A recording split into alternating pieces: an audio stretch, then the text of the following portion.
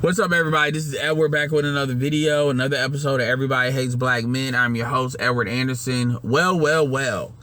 I get to talk about Cheyenne Bryant again. Cheyenne Bryant. So, Tasha K, and shout out to Tasha K. Tasha K has basically worked out a deal with Cardi B so she can pay like $1.1 million versus the whole $5 million.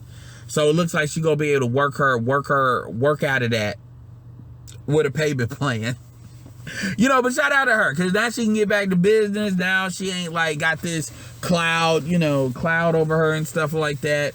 And even though that's a cloud of her own making, she been raked over the coals long enough. Ain't like she did some earth shattering negative things, and she has brought us things like, a nuke to Derrick Jackson's whole thing.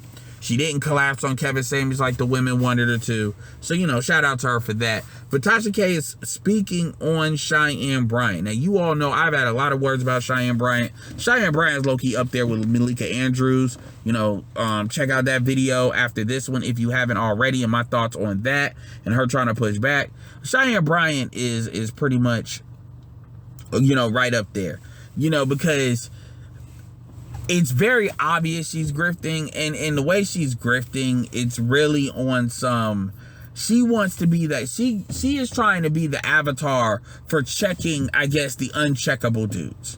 You get up there in front of Nick Cannon, because he allows you to be in front of him, by the way, and you want to sit here and tell him about himself. Like, black women love being psychoanalyzing men, even though they got the problems that they got.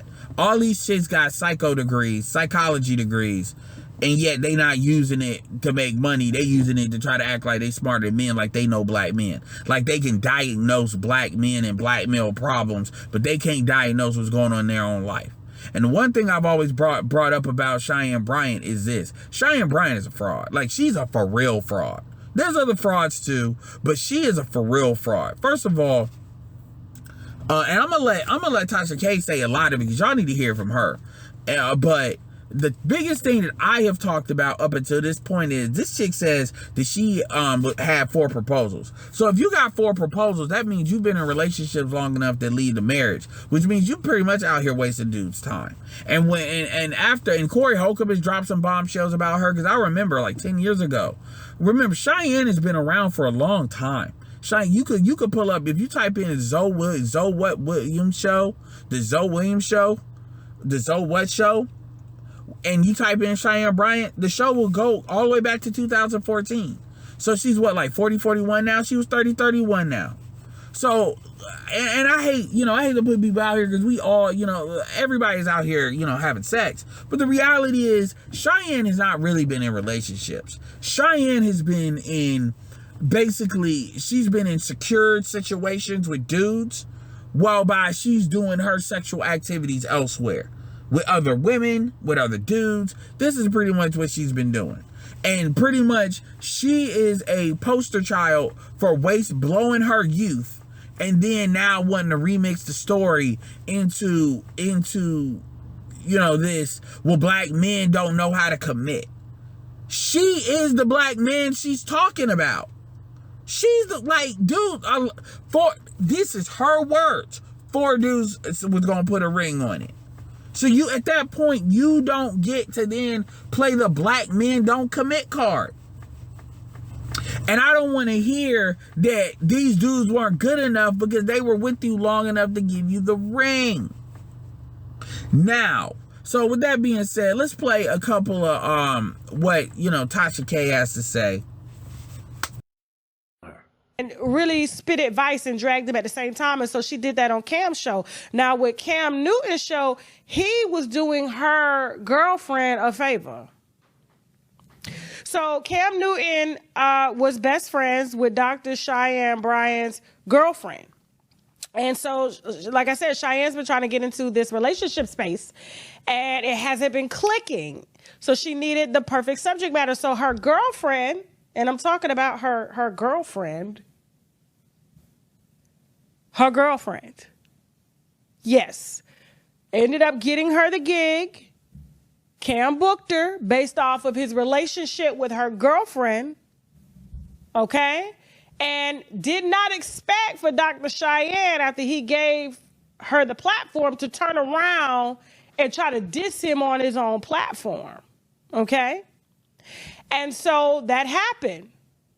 And so she put all Cam business out there and everything. He was like, whoa. So that's why there's long-standing beef. And Cam and his friend, which is her ex-girlfriend, are no longer friends. The whole bunch just broke up. So the girlfriend's no longer with Dr. Cheyenne.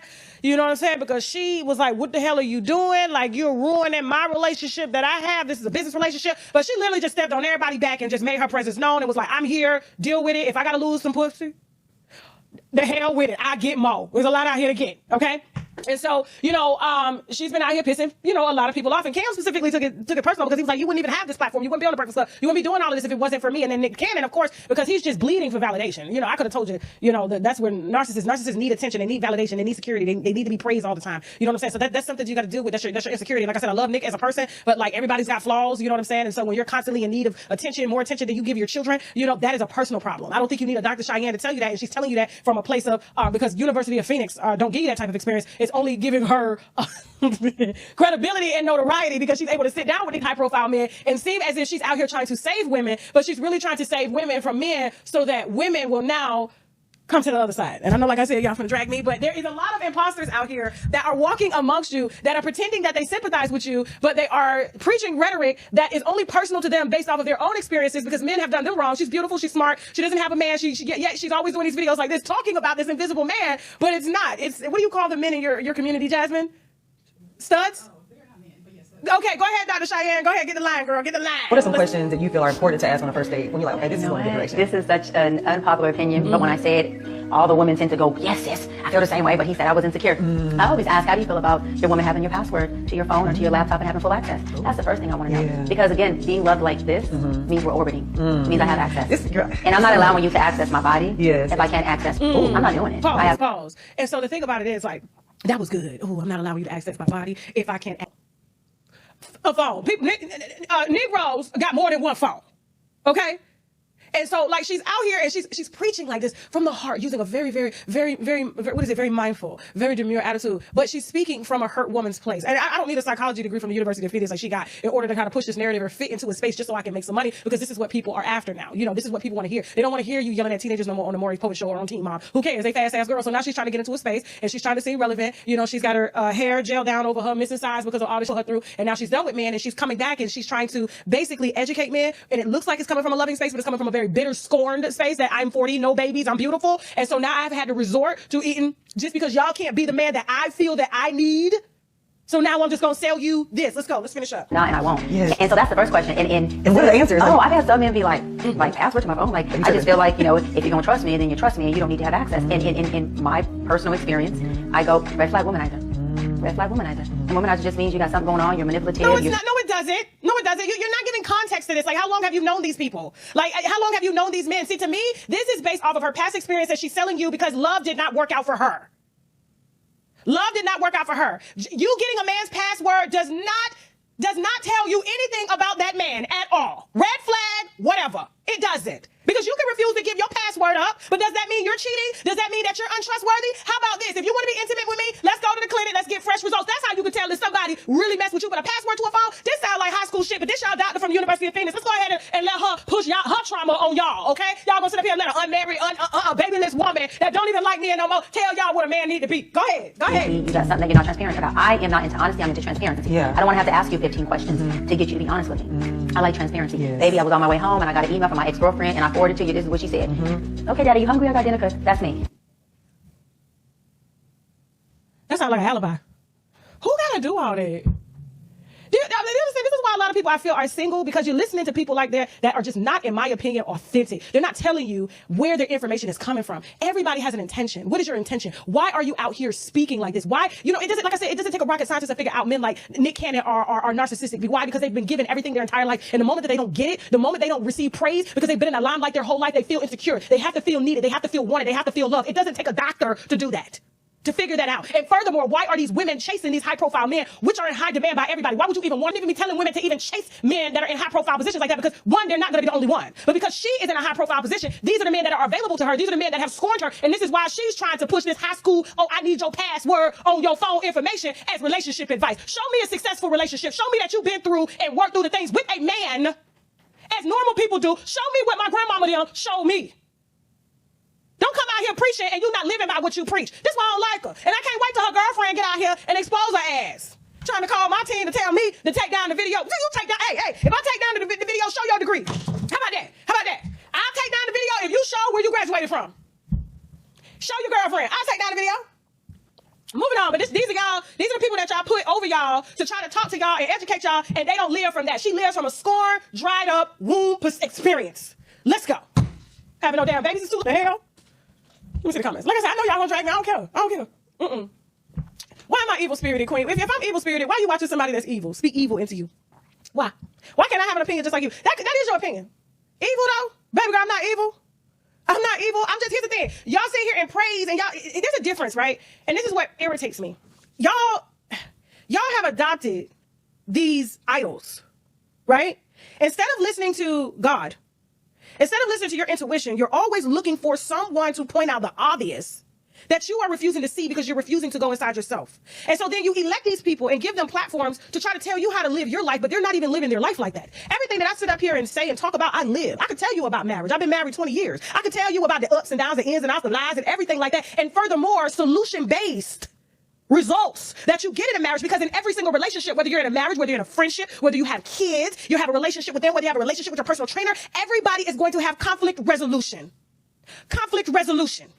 You're not going to get along with everybody. You're not going to see eye to eye everybody. Everybody is not going to tell the truth. Everybody is not going to be transparent. Everybody is not going to be this idea of a person that you need in order to feel secure in yourself because you refuse to do the work. But you elect like this to try to tell you about yourself because you refuse to do the work yourself. So you want people to live up to these expectations that you have, but you don't even hold yourself to the same standard. But I'm evil because I'm pointing out the obvious. All I'm saying is Dr. Cheyenne wouldn't even be nowhere on this platform had she would have came out to say the reason.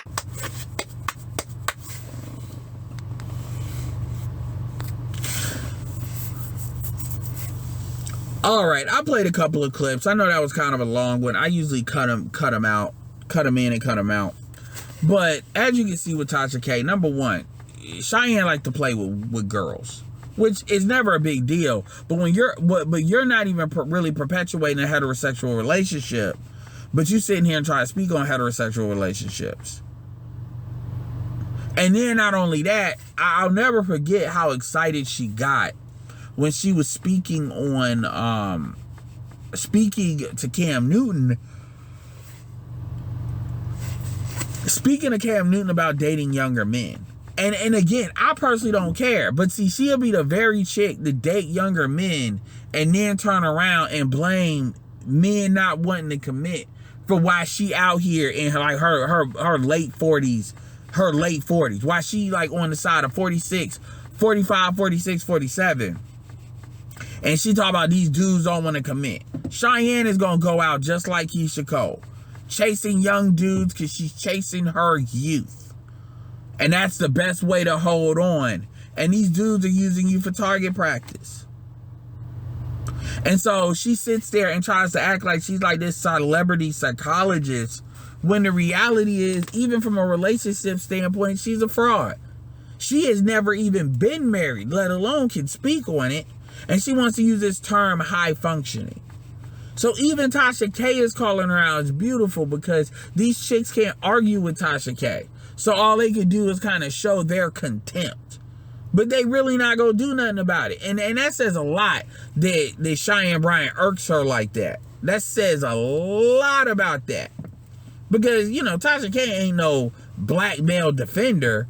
But at the same time, it's something about her obvious grifting. It's not even about black men. That a lot of these fickle-minded females, they follow her because they can talk the crap about these dudes that they ain't never gonna deal with through her. That's why they oh, you not God. Or everybody wanted to make the conversation about how many kids Cam Newton got. As if these women didn't volunteer to have his baby. As if these women, like, you can sit here, you can't hold Cam accountable if women are just going to sleep with him regardless. That's like saying, you know, I'm not going to pay you. I'm going to put you on punishment and I'm not going to pay you. But then, you know, your employment allowed you to just hang out at the job.